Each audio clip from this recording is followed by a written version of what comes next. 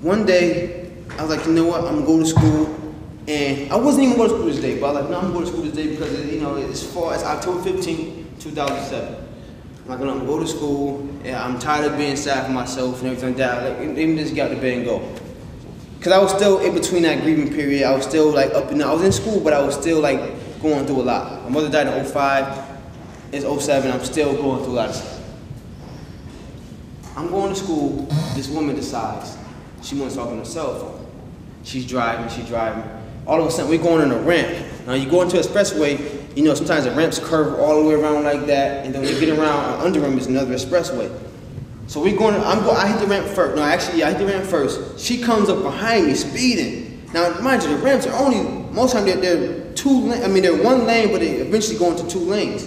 So she's literally almost in my one lane. She's driving. She drops her cell phone.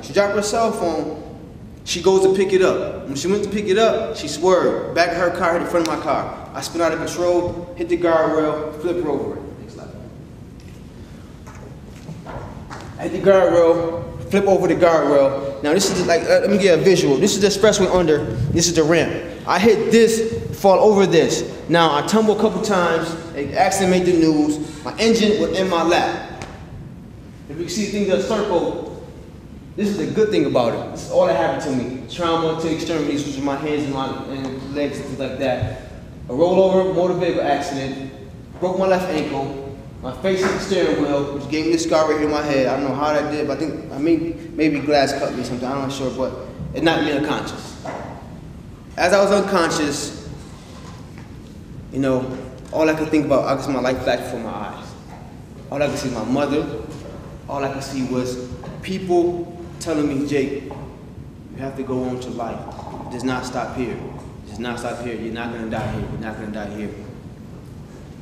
And they rushed me to the ambulance. The ambulance came, took me to the hospital. All that happened. Finally, I go home. All I had was a cast in my ankle. And you don't see anything up here about me having a bad back, anything like that, because they ran all these kind of tests. You can see kind of at the bottom, tests and like that, whatever. Nothing wrong with my back, nothing at all. Maybe a week or so later, I go back to I'm laying down in my bed, taking all these medicine and things like that, whatever, because I really had a lot of scars and stuff in my body. I was messed up really bad. But it was just bruises, it wasn't really that bad. I'm laying down in bed, I wake up, I can't feel my legs. I'm talking about can't feel my legs at all. I look down, as a man, you don't want to not be able to feel your legs. I don't know about girls, but I know you look down, you want to make sure everything is working. So, I look down, I can't feel my legs. I start screaming, somebody help, you know, something going on, so I can't feel my legs. I'm crying, all this stuff's going on. Sure enough, when I get to, I call the hospital, the ambulance can pick me up. This isn't sad though, because they charged me $500 to pick me up in the ambulance when I couldn't feel my legs. If I got it right, I would have got there. Like, I mean, like, come on, man. Like, a man can't feel his legs. You should at least give him some type of discount or something. So anyway, so I couldn't feel my legs. I ended up going to the hospital for a little while, a couple of days, maybe 10 or 11. Paralyzed. They told me I was paralyzed. Straight up. Couldn't walk. Laying down. Can't walk. Can't do nothing. I'm walking right now, though. But anyway, so when they told me I was paralyzed, it gave me another thing. Well, I did not know at the time, but it was another sense of inspiration for my soul. I'll get into that later. But it gave me another thing of inspiration. Another sense. When I was paralyzed, they told me I would never be able to walk again. They told me I'd never be able to play basketball again, so find a new hobby. Learn how to draw. Learn how to make people laugh. Learn how to do something. Be a ventriloquist. Whatever you can do, but you're not going to walk again, not going to play basketball again, so therefore, just give up. I'm sorry, sir, but we can't help you. That's all we can tell you. Wow. I'm like, really? Okay, thank you for telling me that, because I know I can walk again right now, but I mean, thank you for the information. I go back home. Matter of fact, yeah, I go back home. I went back to the hospital maybe another day later, a day or so later, because they wanted another checkup. When I went to the hospital for the second checkup, Something happened. I went to sleep, woke up, and they get this MRI. I think that's what it is when you get your scanning your whole body, something like that, whatever. I come back out, I go back in my room, I fall asleep, wake up, I wiggle my toes, just like that. Everything just came back. I had a big cast in my leg, but shit, I feel my feet, so I got out my bed, and now I'm just doing all kind of dances and stuff. You know, I'm playing. I got my body is sore, but I don't care. I'm happy now. So I'm dancing and stuff in the hospital. And they're like, oh, what's going on? What's wrong? What's going on? I'm like, my feeling came back. I don't know what happened, but it came back. What am I supposed to do? He's like, yo, take this as a sign of a miracle, whatever you want to take it. But whatever you plan on doing just legs before, get doing them right now. Because you was pretty much on the brink of never being able to walk again. This is beyond doctors. We can't explain how you're walking again. We don't know this. So, after the car accident, I decided to get back into college. I went to community college in my high school. I mean, in my hometown, MCC. I was there taking part-time classes, not in the basketball team. My back was still messing up. I was still getting back spasms and things like that. I was going to see a chiropractor on a weekly basis, but you know, I was still walking again. I was still walking, so that all that mattered.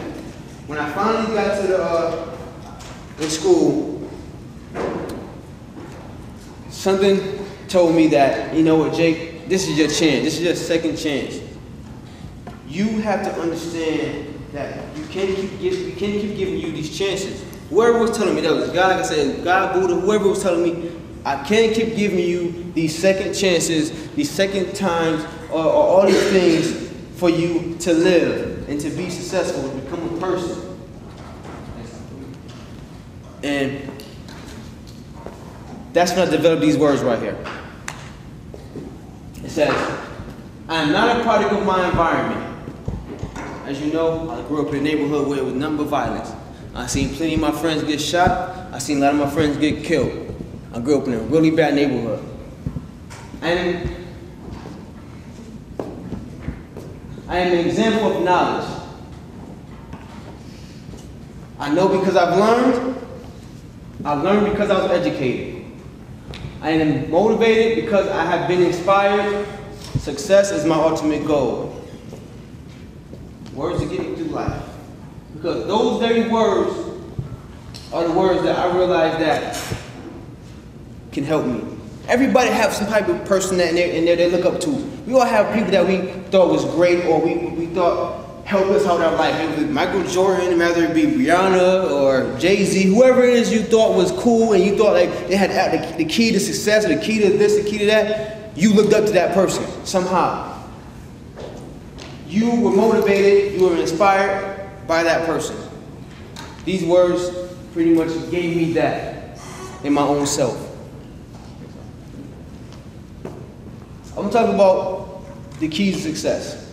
Now, the reason why I got these keys to success like this is because I decided to give you the history of my life first and break it down to you to show you how I got to my keys to success. Number one, no excuses. I'm tired of this thing when people say, oh, my mom's sick, I don't have no family members, I don't have no money, I don't have no place to live. That's an excuse. That's an excuse to do the wrong thing. That's an excuse to go in the corner and sell drugs.